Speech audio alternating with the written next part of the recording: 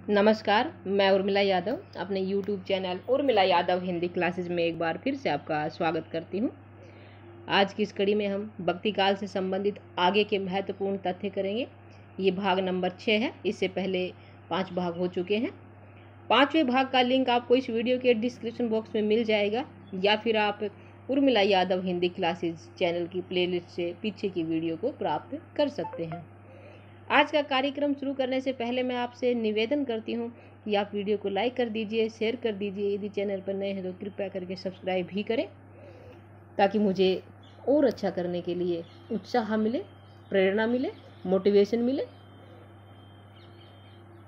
अतः आप subscribe, like, share अवश्य करें। चलिए शुरू करते हैं। राधा वल्लभ संप्रदाय का प्रधान केंद्र वृंदावन में है। नाबादास ने हरिदासी संप्रदाय के विठल विपुल को रस सागर कहा है। किसको रस सागर खाया? विठल विपुल को किसने कहा है? नाबादास ने कहा है। एक बात और कहना चाहूँगी कि आप इन तथ्यों को लिख लीजिए, बहुत ही महत्वपूर्ण है, खास है। ये परीक्षा में अवश्य आते हैं। सभी परीक्षाओं में ये आए हुए हैं, अतः आप इनको नोट कर लीजिए, आगे भी आने वाले हैं। बहुत ही मेहनत करके आपके लिए ये तैयार किए हैं। आप इनको नोट अवश्य करें। रहीम का पूरा नाम अब्दुल रहीम खान खाना था। रहीम जो अकबर के दरबारी कवि थे, बैरम खां के पुत्र थे। ये मुस्लिम होते हुए भी इन्होंने हिंदी में लिखा है। इनका पूरा नाम अब्दुल रहीम खान खाना थे, जो अकबर के बहुत ही खास थे। इनको अपने पुत्र के समान मानते थे अकबर। खेट कोतुम जातकम रहीम का ज्योतिष ग्रंथ था। क्या था? ज्योतिष ग्रंथ था। आगे है, लोटा तुलसीदास को लाख टका का मोल। ये पंक्ति तुलसीदास की है। किसकी है? तुलसीदास जी की ये पंक्ति। नूरजहां ने गंग कवि को हाथी से कुचलवा दिया था। नूरजहां ने गंग कवि को, गंग कवि जिनका जन्म 1538 में हुआ था और इनकी मृत्यु 1625 में हुई थी, जिसे नूरजहां ने हाथी से कुचलवा दिया था। नूरजहां जो जहांगीर जी की पत्नी थी, और ये गंग कवि अकबर के दरबारी कवि थे। इनकी जो एक रचना है, चन छन वर्णन की महिमा। आगे देखते हैं। संप्रदाय निरपेक्ष कवि रसखान का पूरा नाम सैयद इब्राहिम है। रसखान का पूरा नाम क्या है? ये प्रश्न स्टेट में आया था। सही उत्तर होगा सैयद इब्राहिम, जो धर्म निरपेक्ष, जो संप्रदाय निरपेक्ष कवि थे। आगे है, मीरा का जन्म 1504 में रुड़की राजस्थान, जो मेड़ता में है, वहां पे हुआ था। 1504 में हुआ था, रुड़की में हुआ था, जो मेड़ता के पास है, राजस्थान में। आगे है, महापात्र नरहरि अकबर के राज कवि थे। महापात्र नरहरि जी अकबर के राज कवि थे। सूरदास की भक्ति सखा भाव की है। मीराबाई की भक्ति माधुर्य भाव की है। तुलसीदास जी की भक्ति दास्य भाव की है। ये बात आप नोट कर लीजिए। ये भी परीक्षा में आया हुआ है कि सूरदास जी की भक्ति किस भाव की है, मीरा की किस भाव की है, तुलसीदास की किस भाव की भक्ति है। सूर की साहित्य लहरी में नायिका भेद, श्रृंगार रस और अलंकारों का निरूपण हुआ। सूरदास जी की साहित्य लहरी रचना है, उसमें क्या क्या हुआ है? नायिका भेद है, श्रृंगार रस है और अलंकारों का निरूपण है। आगे है, सेनापति ऋतु वर्णन की दृष्टि से भक्ति काल के श्रेष्ठ कवि है। क्या है? भक्ति काल के श्रेष्ठ कवि है। कौन है? सेनापति। खड़ी बोली गद्य की रचना चन छन वर्णन की महिमा गंग कवि की है, जो 1570 में लिखी थी। इसके बारे में अभी थोड़ी देर पहले बताया था। गंग कवि जो अकबर के दरबारी कवि थे, 1538 में इनका जन्म हुआ था। और नूरजहां ने, जो जहांगीर की पत्नी थी, उन्होंने इसे हाथी से कुचलवा दिया था। और चन छन वर्णन की महिमा एक खड़ी बोली की रचना है, और गद्य की है, और 1570 में इसकी रचना की थी। पद्मनी चरित लालचंद का प्रबंध काव्य है। दादू का जन्म तथा कबीर का जन्म स्थान, जन्म कथा मिलती जुलती है। आगे देखते हैं। दयाबाई बावरी साहिबा और सहजोबाई निर्गुण संत महिलाएं थी। दयाबाई, बावरी साहिबा और सहजोबाई निर्गुण संत महिलाएं थी।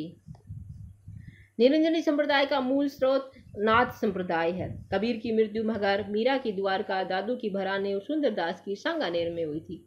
तुलसीदास के गुरु नरहरियानंद या नरहरिदास थे। दोनों ही एक ही के नाम है। नरहरियानंद कह लो या नरहरिदास, ये तुलसीदास जी के गुरु थे। आगे है, तुलसीदास नाबादास ने तुलसीदास को कलिकाल का वाल्मीकि कहा है। कलिकाल का वाल्मीकि किसे कहा गया है? तुलसीदास को किसने कहा? नाबादास ने। तुलसीदास को मुगल काल का सबसे महान व्यक्ति स्मिथ ने कहा है। तुलसीदास की रामाज्ञा प्रश्नावली ज्योतिष ग्रंथ है।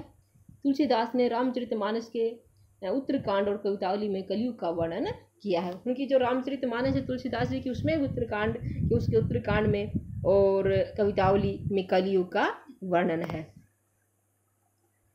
आगे देखते हैं।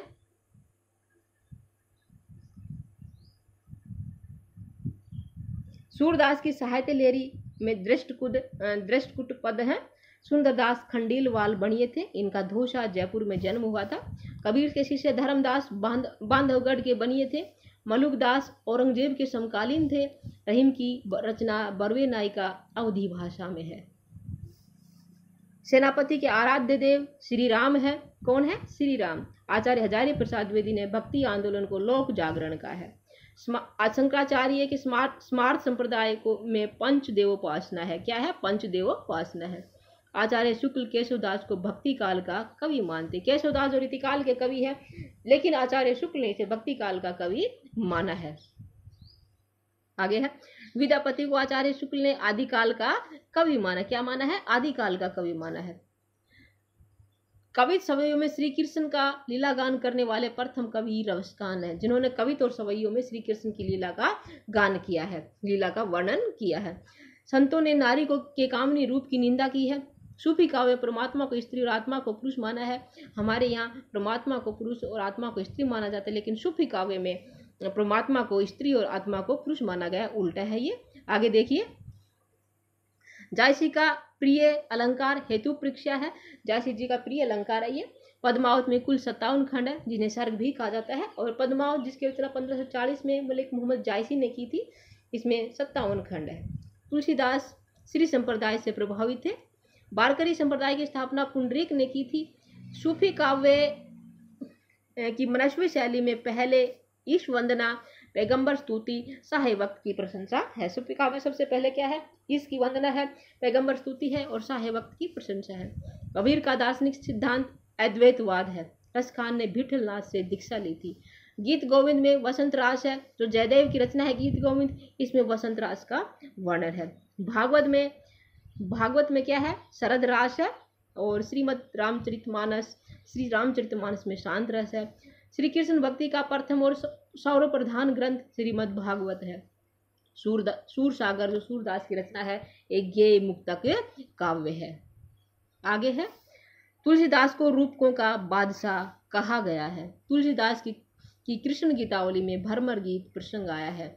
सूरदास ने 1.25 लाख पदों की रचना की है। सूरदास ने लगभग कितने पदों की रचना की है? 1.25 लाख सही उत्तर होगा।